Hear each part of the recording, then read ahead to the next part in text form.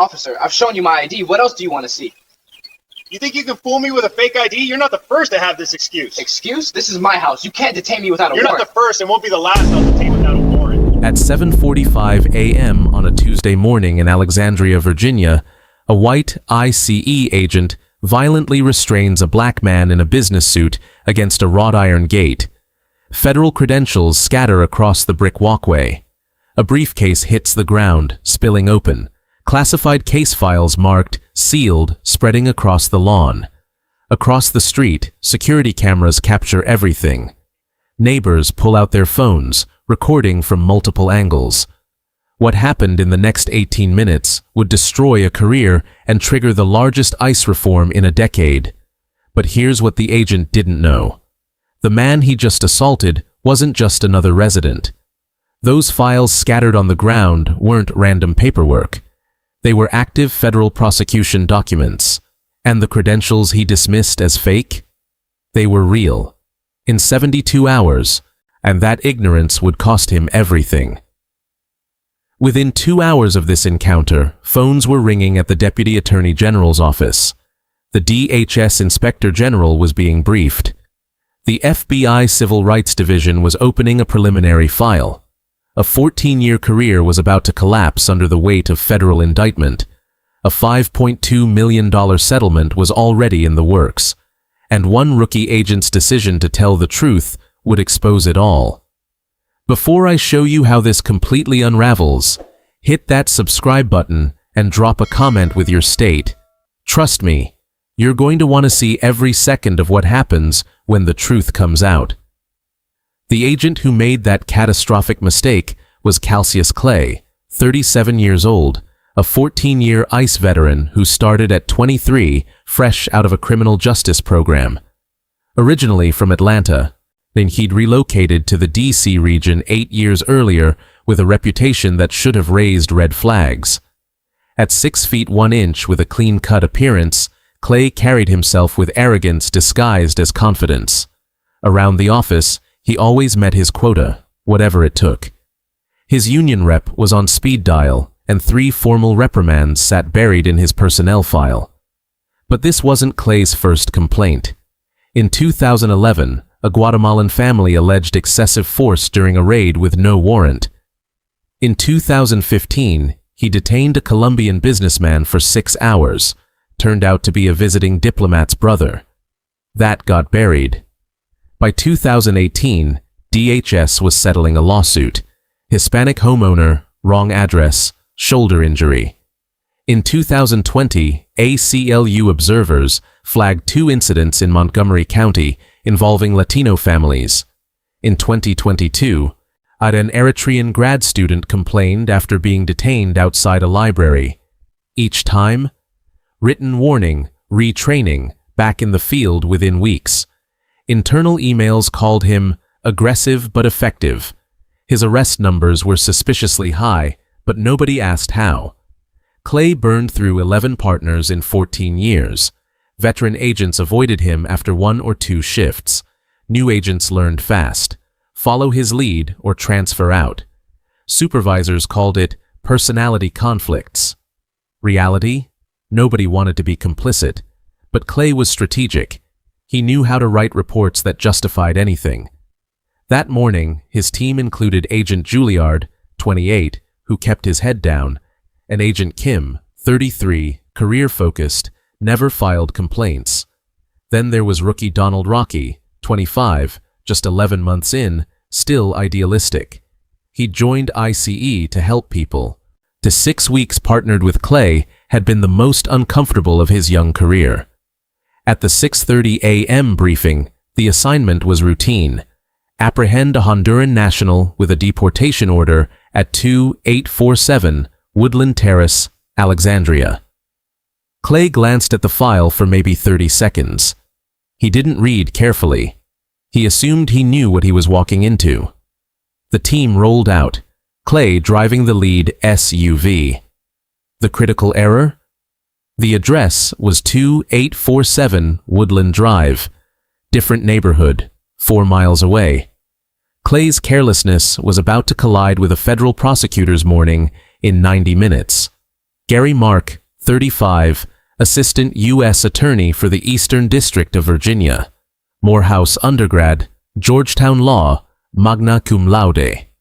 9 years with DOJ, specializing in federal fraud and civil rights prosecution. Right now, he was lead prosecutor on a major corruption case going to trial in 9 days.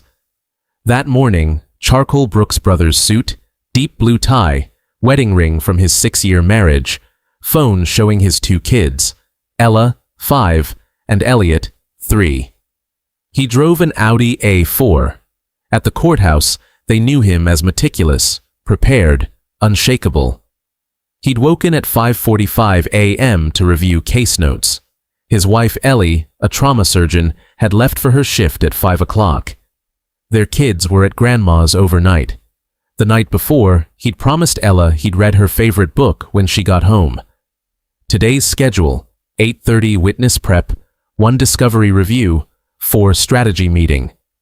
His briefcase held his laptop, witness statements, and DOJ files stamped, sealed, do not duplicate, documents that could make or break a multi-million-dollar fraud case. At 7:43 a.m., he stepped outside his brick colonial in an established Alexandria neighborhood. Tree-lined street, professionals heading to work, 4 years of the same peaceful morning routine. He jogged to his front gate to grab yesterday's mail. He'd worked late and forgotten it. Mrs. Patterson watering her garden 2 houses down. Everything normal, his sanctuary. Never an incident, never unsafe. But here's what matters. Gary grew up in Baltimore, son of a middle school teacher and a nurse who worked doubles to fund his education. First in his family to attend law school. He chose prosecution over 6-figure corporate offers because he believed in justice. He'd been pulled over twice in college for matching a description.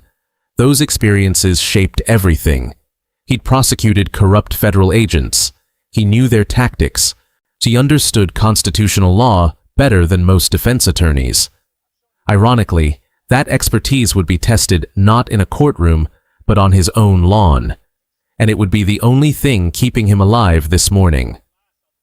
2 black SUVs screeched to a stop. 4 agents jumped out, hands near weapons. Clay approached without identifying himself, ordering Gary to stop what he was doing and show his hands. Gary looked up, confused, asking if he could help. Clay commanded him to make his hands visible and step away from the gate.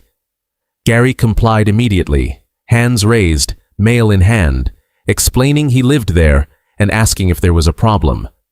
Clay told him they were asking the questions and ordered him to put the mail down slowly. Gary set it down and asked what this was regarding. Clay demanded identification immediately, and Gary explained his ID was inside, that he was just getting his mail, and asked what this was about. Clay stepped into his face, claiming Gary fit a description they were looking for. Gary's legal training kicked in as he asked what description specifically, identifying himself as a federal prosecutor who worked at the courthouse downtown. Clay scoffed, saying he'd heard that before. Agent Juilliard flanked Gary's right side. Gary asked what description he matched, pointing out Clay had a legal obligation to articulate reasonable suspicion. Clay responded with the vague description: male, black, approximately this height, at this address. Gary asked if that matched their order, specifically mentioning this was 2847 Woodland Terrace. Clay ignored the question and told him to turn around and face the gate. As Gary turned slowly, hands visible, Clay said to Juilliard, caught on BodyCam, that Gary probably bought the suit at a consignment shop, that they dress up now and think it makes them look legit. Gary stated he was a U.S. citizen born in Baltimore and an assistant U.S. attorney with the Eastern District. Clay laughed, sarcastically claiming to be the Attorney General, telling him to keep facing forward. Across the street, Mr. Cameron, 66, retired Secret Service, stepped onto his porch. Something was wrong. Gary asked under what legal authority they were detaining him. Clay responded that the authority was his badge and Gary's attitude, claiming that was all he needed. Gary stated he needed to see a warrant or administrative order. Gary explained his credentials were in his briefcase on the porch and asked if he could retrieve them, but Clay refused to let him approach the house. Gary then asked if one of the agents could retrieve it. Clay nodded at Agent Kim to check it. She walked to the porch. Gary called out that she'd find his federal prosecutor badge and DOJ photo ID in the front zippered pocket. Kim brought back a legitimate federal badge, DOJ photo ID, and bar card.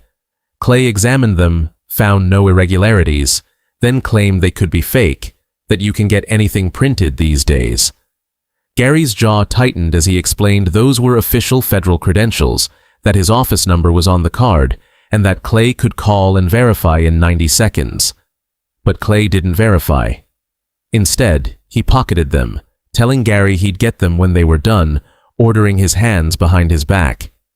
Gary asked if he was under arrest and what the charge was. So Clay grabbed his wrist and yanked it back. Gary didn't resist, stating clearly he was not resisting and was complying. Clay told him to shut his mouth and stop lawyering him. Metal cuffs ratcheted on, deliberately tight. Gary pointed out the cuffs were cutting circulation and needed to be loosened. Clay jerked his arms up at a painful angle, saying he should have cooperated instead of playing dress-up lawyer. Then came the violence. Clay shoved him forward. Gary's face and chest slammed into the iron gate. His briefcase flew off the porch, documents marked "Sealed EDVA" scattering everywhere. His glasses shattered. Clay's knee drove into his back, pinning him. Gary felt the bars crushing his cheek, compressing his ribs. His prosecutor brain worked. Document everything. Survive. Don't give them an excuse. Mr. Cameron was on his phone. The recording, announcing he was calling to report federal agents assaulting a resident at 2847 Woodland Terrace, that the victim was a federal prosecutor, that this was unlawful. Gary, controlling his breathing, stated he could not breathe properly, that Clay was compressing his diaphragm. Clay responded that if he was talking, he was breathing fine.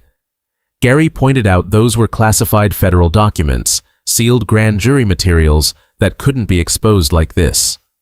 Clay kicked the briefcase, scattering more files, dismissing them as more props for his story. Agent Kim picked up a document and read the header aloud about the United States District Court Eastern District of Virginia, telling Clay this looked real. Clay didn't look, claiming everything looks real now, that printers do amazing things. Gary, voice strained, provided his office address and phone number, saying they could ask for AUSA Gary Mark and confirm his identity in under 2 minutes. Clay ground his knee deeper, telling him to stop telling him what to do. Mr. Cameron crossed the street, still recording, identifying himself as retired Secret Service with 28 years, stating that Gary was telling the truth and that he'd known him for 4 years, that he was a federal prosecutor. Clay told him to back away, claiming this was a federal operation. Cameron responded that federal violation was what this was, that Clay's camera was recording everything. Linda Chen, 38, an ACLU civil rights attorney, appeared, announcing she was an attorney witnessing this interaction, and that Gary had asked for verification multiple times and that Clay was legally obligated to verify before continuing detention. Her phone was out, recording from a second angle. A third neighbor was filming from a window. Rookie Donald Rocky's hand drifted to his phone. Clay addressed everyone, ordering them to step back or face obstruction charges. Linda Chen responded they were on public sidewalks with First Amendment rights to observe and record. Clay keyed his radio, reporting to dispatch that he had a subject detained who was uncooperative, claiming false credentials and attempting to obstruct. Gary stated that was a lie, that he'd been completely cooperative, had identified himself, requested verification, and had not resisted. Clay told Juilliard, caught on BodyCam, that this was how it was with these guys, that they watch YouTube, memorize scripts, think they know the law, that they coach each other. Gary's calm cracked as he challenged Clay to check his paperwork and confirm what address was on the deportation order. Silence. Gary asked if they were at the wrong address. Clay told him to shut up. Agent Kim pulled out the tablet, scrolled, her face draining of color as she told Clay the order said, Woodland Drive, not Terrace. 5 seconds of devastating silence. A black sedan pulled up. Supervisor Cage stepped out, drawn by radio chatter and dispatch calls. He took in the scene. Professional black man in expensive suit, handcuffed against gate, federal documents scattered, 4 civilians recording, agents uncertain. He asked for the situation. Clay, still confident, claimed the subject matched the description on their order, had refused identification. Became combative. Gary's voice came out like ice as he stated he'd identified himself immediately, that he was Assistant U.S. Attorney Gary Mark, had shown federal credentials, Clay called fake, had requested verification, Clay refused, had not resisted, was injured from being assaulted against the gate, that 4 witnesses could attest to every word, and that every second was on body cams. Cage's expression shifted as he processed the articulate language, the witnesses, the documents, the suit, the composure. He ordered Clay to show him those credentials. The truth was about to destroy everything. Cage held out his hand. Clay reluctantly pulled the badge and ID from his pocket. Cage examined them. Real federal seal, genuine DOJ insignia, holographic security features, photo matched. He walked to the briefcase. He looked at the scattered documents, court filings with case numbers, sealed evidence markers, prosecution notes, all on official letterhead. His face drained of color. He asked Clay why an assistant U.S. attorney was restrained at his own residence. Clay responded that he matched the description from their deportation order. Cage pulled out his tablet, asking what order and telling Clay to pull it up. Clay fumbled with his phone. Cage read it, looked at the gate address, back at the document, then stated the order was for 2847 Woodland Drive, and they were at Woodland Terrace. Cage dialed the number on Gary's DOJ card. 2 rings, then the receptionist answered, identifying herself as the United States Attorney's Office, Eastern District of Virginia. Cage identified himself as ICE Supervisor Cage with badge 7734D, saying he needed to verify employment and asking if there was an assistant U.S. attorney named Gary Mark in their office. The receptionist confirmed yes, that AUSA Mark was in criminal division and expected at 8:30 for witness prep, then asked with concern if there was an issue. Cage asked her to describe him. Her voice filled with more concern as she described a black male, mid-30s, about 6 feet, short hair, then asked if Gary was all right. Cage closed his eyes briefly, thanked her, and hung up. He looked at Gary still against the gate, glasses broken, wrists cuffed.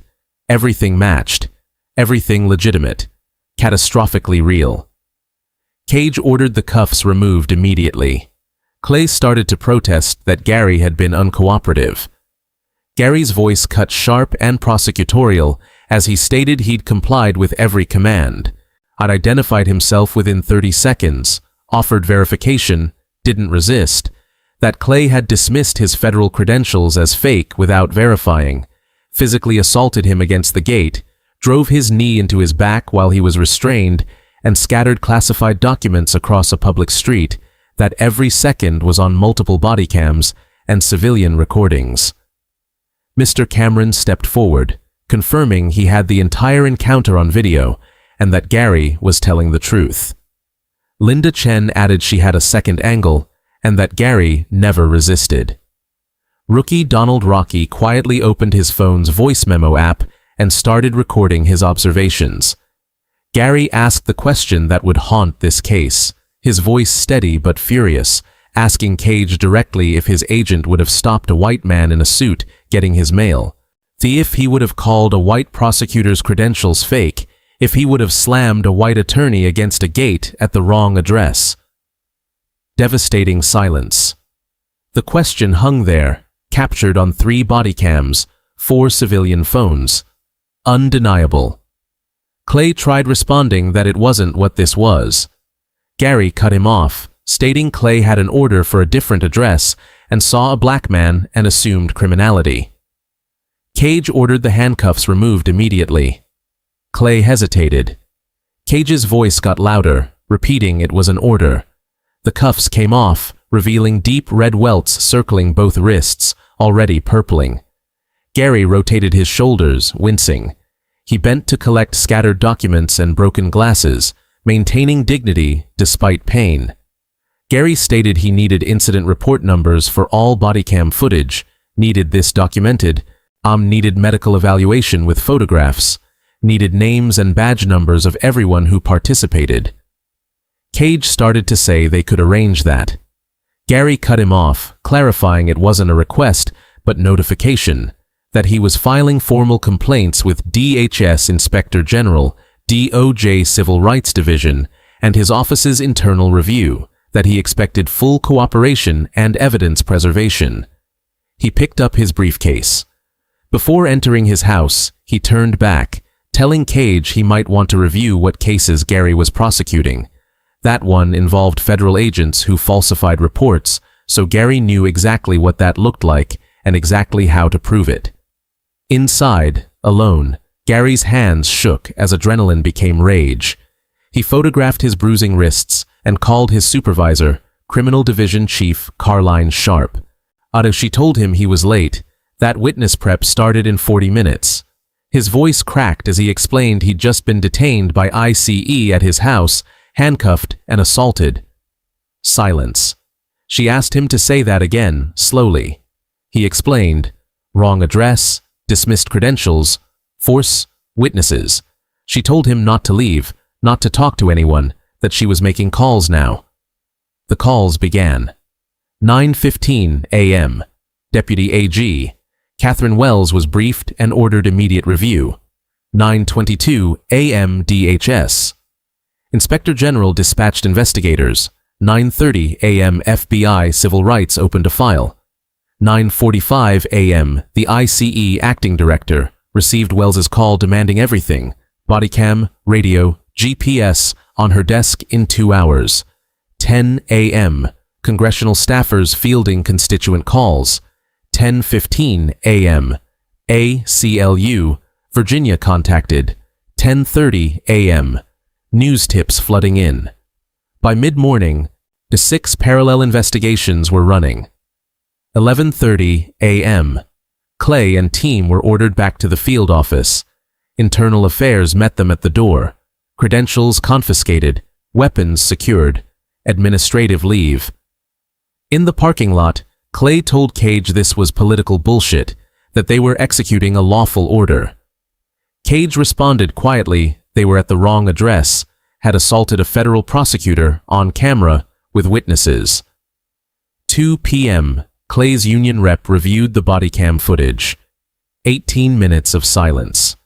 Then he told Clay not to say another word to anyone, to get a criminal defense attorney, not union criminal, today. Clay's face showed fear as he asked about criminal charges. The rep confirmed he was getting indicted, not if, but when. DHS investigators collected everything: 4 bodycam files, dispatch audio, GPS data, and the deportation order stating Woodland Drive, Clay's file with 23 complaints, Cage's supervisory records. They interviewed civilians, obtained videos from Cameron, Chen, 2 neighbors, and Gary's Ring doorbell. Medical documentation from Gary's ER visit showed wrist contusions, rib bruising, shoulder strain, facial abrasion. Doctor's note confirmed injuries consistent with reported restraint. Timeline: 18 minutes, 43 seconds. That night, Donald Rocky sat in his apartment, couldn't eat. He watched his bodycam footage, heard Clay's consignment shop comment, saw Gary's compliance, saw the violence, the dismissed credentials, the lies. He knew Cage was preparing a false report. 11:47 p.m. Career versus conscience. He opened the DHSOIG reporting portal and typed that he'd been present during AUSA Gary Mark's detention, and that his supervisor was preparing a false report, that he had contradicting information. He hit submit, didn't sleep. Next morning, DOJ released a statement about the unlawful detention of a federal prosecutor and full cooperation with investigations. Behind closed doors, Deputy A.G. Wells told her team she wanted federal charges, wanted accountability, wanted this airtight, to make an example. 6 days later, Gary gave sworn testimony to federal investigators with 3 investigators and a court reporter present. He detailed every constitutional violation: Fourth Amendment seizure without cause, failure to articulate suspicion, excessive force while restrained, property destruction, false statements. Then he said what stopped the room, explaining he'd made a calculated decision to stay calm, despite his rights being violated, and that as a federal prosecutor, he'd watched too many BodyCam videos of black men who objected, rightfully, and ended up injured or dead. That he knew survival meant compliance, not asserting rights, that he'd made the same calculation his father taught him for traffic stops, that having to make that calculation as a federal law enforcement officer at his own home was the most damning part. The lead investigator paused the recording, saying off the record that in 22 years, that was the most devastating testimony he'd heard. Internal Affairs obtained Clay's incident report filed before Rocky's call. It claimed the subject aggressively approached officers, refused identification, physically resisted, that detention was brief and professional with minimal force, that the subject was released with no injuries. Rocky's statement contradicted every claim. All 4 body cams contradicted it. 4 civilian videos contradicted it. Medical records contradicted the no injuries claim. When asked if Cage reviewed and approved the report, his silence answered. A new charge was added: falsification of federal records. Investigators dug into Clay's 14-year career, discovering 23 formal complaints with 19 dismissed. A pattern emerged. 18 of 23 complainants were black or Latino, 14 incidents in affluent neighborhoods, 11 involved wrong address or mistaken identity, 7 involved calling IDs fake. Cage had supervised Clay during 17 of those complaints. A CLU provided data on 9 additional undocumented incidents. Gary's case was the first with this documentation, the first with a victim who knew how to build a federal case. And this wasn't one incident. It was a 14-year pattern finally caught on camera. 8 weeks later, the federal grand jury convened. Prosecutors presented BodyCam footage, civilian videos, medical records, the false report, Rocky's testimony, pattern evidence. 90-minute deliberation. The indictment was returned against Clay. Deprivation of rights with a max of 10 years, assault on federal official with a max of 8 years, false statements with a max of 5 years, falsifying records with a max of 5 years, combined 28 years possible. Clay was arrested and perp-walked for cameras. Cage was indicted separately for conspiracy, obstruction, and falsifying records with a max of 12 years. The trial began 7 months later. Clay's defense claimed honest mistake with no racial motivation. Prosecutors dismantled it by playing the 18-minute BodyCam compilation, presenting 23 complaints as pattern evidence, calling Rocky, who testified about the culture of aggression, calling Cameron, who described watching a man punished for being black in his neighborhood. Gary testified for 4 hours, calm, precise, unshakable. The defense couldn't touch him. The jury of 7 white, 3 black, 2 Latino deliberated 6 hours. Verdict: guilty on all counts. Clay's face collapsed. Family members cried. Gary sat expressionless in the gallery. Cage pleaded guilty before his trial and cooperated for a reduced sentence. Sentencing came 3 months later. Clay received 9 years in federal prison. The judge stated Clay had weaponized authority against an innocent man because of his skin color, that he'd believed himself untouchable, that he was wrong, when that the sentence reflected not just one morning, but a 14-year pattern of violating the Constitution he'd sworn to uphold. His pension was forfeited, he received 3-year supervision, and was permanently barred from law enforcement. Cage received 4 years and lost his pension after 18 years. His career was destroyed. Gary filed a civil rights lawsuit. DHS reviewed the evidence: BodyCam, medical records, conviction, pattern documentation. They settled for $5.2 million, among the top 10 highest ICE settlements. Gary refused the confidentiality clause, accepting $600,000 less to keep it public. He donated $500,000 to immigrant legal defense, saying it was for people without badges and law degrees when this happens. Today, Clay is inmate number 84729-547 in year 2 of 9 at FCY Morgantown. He lost his home, his marriage dissolved, his kids use their mother's name and don't visit. No pension, no future in law enforcement. Upon release, he'll be a convicted felon in his mid-40s, unemployable. His name permanently appears in databases and case studies. Google him. The first 50 results are about his crime.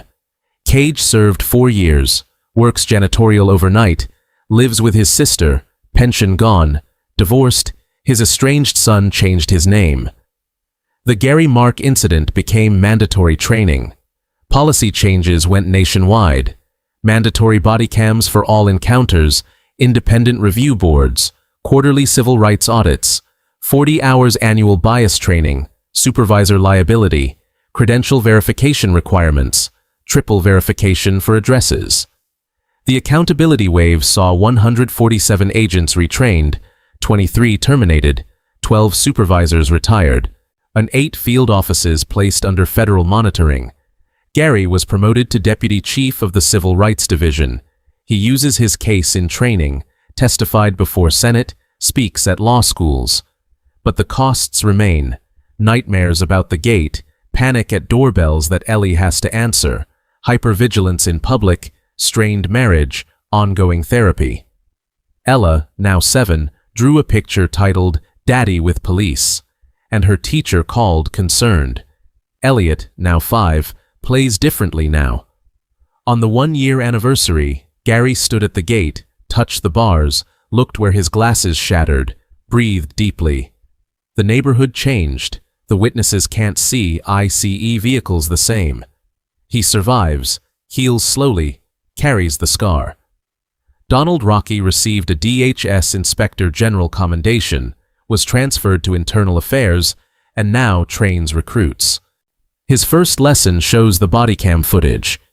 He tells them he was there, saw the cost of silence, saw a career destroyed because one agent thought badges made him untouchable, that he spoke up, that it wasn't easy but was right, that they'll face that choice and should choose integrity. He became the youngest promoted to supervisory investigator and published a study on complaint patterns that changed policy. At ICE Academy in Glencoe, Georgia, the screen shows Clay's BodyCam with Gary against the gate. New agents watch silently. The instructor states this was Agent Calcius Clay, past tense, now inmate Clay in year 2 of 9 years, asking them what he was thinking and what they would do. A slide appears stating, "Constitutional rights don't have a complexion. That one decision, one moment, can end an entire career." And below appears Clay's mugshot in orange. The room stays silent. The instructor dismisses class, telling them to think about what they saw. If this story showed you accountability in action, like and subscribe for more true stories where justice is delivered. Comment: was 9 years enough? What would you have done as Agent Rocky? Let's discuss.